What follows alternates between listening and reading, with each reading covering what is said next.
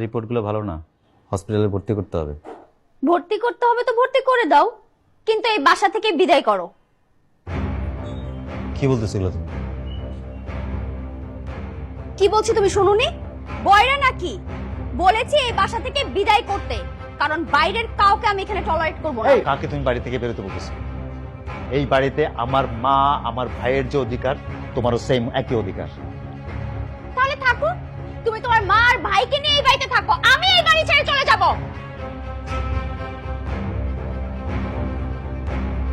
এটা তুমি কি কইতাছো বৌমা? তোমার কোনোখানে যাওয়ার দরকার নেই, আমরাই চলে যেতেছি। তো তোমরা তোমাদের সংসারে অশান্তি করো না মা। থাক, হয়েছে, আর ন্যাকামো করতে হবে না। আপনি যেহেতু এত কিছু বোঝেনি, তাহলে কেন এসেছিলেন এই বাড়িতে? ঘটভাবে কথা বলো বউ। আমরা দুই ভাই, আমার বই, রাশেদের বড় ভাবি, আমরা কেউই আমার মায়ের চোখের দিকে তাকে আমরা কোনোদিন কথা বলি নাই। আর সেই তুমি আমাকে মায়ের লোকে বেয়াদবি করতেছো। বাহ, এখন আমাকে আদব শিখতে হবে আপনার কাছ থেকে। কে আমাকে আদব শেখাচ্ছে? কোথাকার কোন গ্রামের চাষা, তার কাছ থেকে এখন আমাকে আদব কায়দা শিখতে হবে? শোনেন, আমি নেহাত ভদ্র ফ্যামিলির মেয়ে বলে এখনো আপনাদেরকে গলা ধাক্কা দিয়ে বাড়ি থেকে বের করে দিইনি। তোমার কত বড় সাহস, তুমি আমাকে থাপ্পড় মারলে? বাবা, তুমি দেখেছো তোমার সামনে তোমার মেয়ের জামাই আমার গায়ে হাত তুললো? ও হ্যাঁ হ্যাঁ তাই তো। এই ছেলে, এই তোমার কত বড় সাহস, তুমি আমার সামনে আমার মেয়ের গালে চট দিলে? আপনি দয়া করে আমাদের পরিবারের মধ্যে কোনো কথা বলতে আসবেন না। কত বড় সাহস তোমার! তুমি আমার পিতৃতুল্য ভাইয়ের সাথে বেয়াদবি করতেছো, বেয়াদবি করতেছো আমার মা, আমার জান্নাতের সাথে। কে কে তোমাকে এত বড় সাহস দিচ্ছে? কে তুমি? আমি তোমার দলিল করা বউ, আর বউয়ের গায়ে হাত তোলার পরিমাণ কতটা ভয়ঙ্কর হতে পারে এটা আমি তোমাকে হাড়ে হাড়ে বুঝিয়ে দেব। আর কত ভয়ঙ্কর রূপ দেখাবা তুমি আমারে? তোমার মতো মেয়েরা একটা পুরুষের জীবনে আসে কখন জানো? তার সুখের সময়। কারণ অধিকাংশ পুরুষই বিয়ে করে প্রতিষ্ঠিত হওয়ার পর, কিন্তু তার দুর্দিনে, তার অসময়ে, তার সুখের সময়, তার দুঃখের সময় যারা তার পাশে ছিল তাদেরকে তুমি চিনো? তোমরা চিনো? চিনো না। সংসারের সুখের কথা চিন্তা করে আমার মতো স্বামীরা তোমার মতো স্ত্রীদের কথা মানতে বাধ্য হয়, কিন্তু আমি হব না। প্রয়োজন মতো আমি তোমাকে ত্যাগ করবো।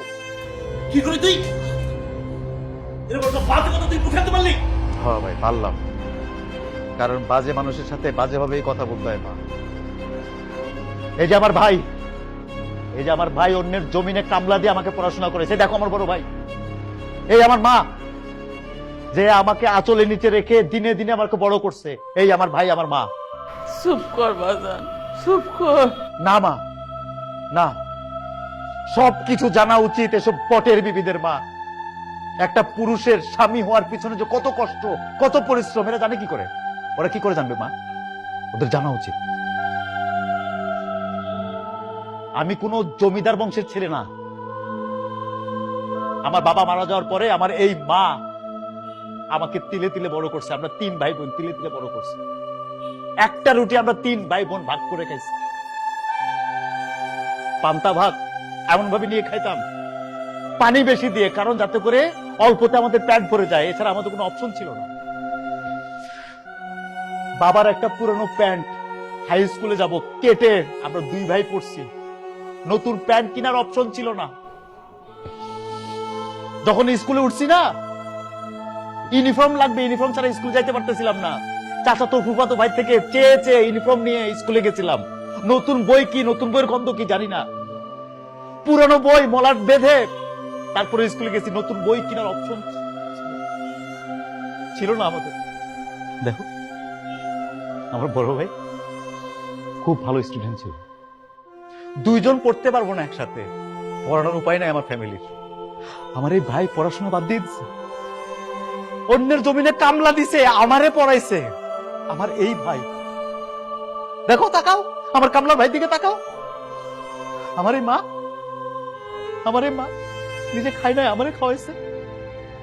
আমার এই ফ্যামিলি, আমার এই মা আর ভাইকে তুমি অপমান করে বাড়ি থেকে বের করে দিবে আমার সাথে, সেটা আমি সহ্য করবো আমার গায়ে রক্ত মাংস থাকতে?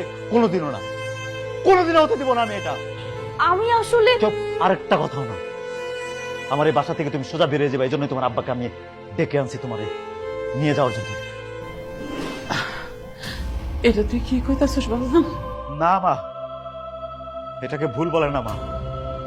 ও যা করছে রীতিমতো অন্যায়, আর অন্যায়ের শাস্তি যদি না হয় সেটা আরো বড় অন্যায় হবে। বাবা, আপনি আপনার মেয়েরে নিয়ে যান। যদি আপনি আপনার মেয়েরে কিভাবে বড়দের সাথে কথা বলতে হয়, ভদ্রতা, এগুলো যদি শিখাইতে পারেন, সেদিন আমারে বললেন, আমার দরজা ওর জন্য সারা জীবন খোলা থাকবে। এতদিন তোর মায়ের কাছ থেকে শিখেছিস, এখন তোর বাবার কাছ থেকে শিখবি কিভাবে মানুষের সাথে আচরণ করতে হয়। চল, চলো।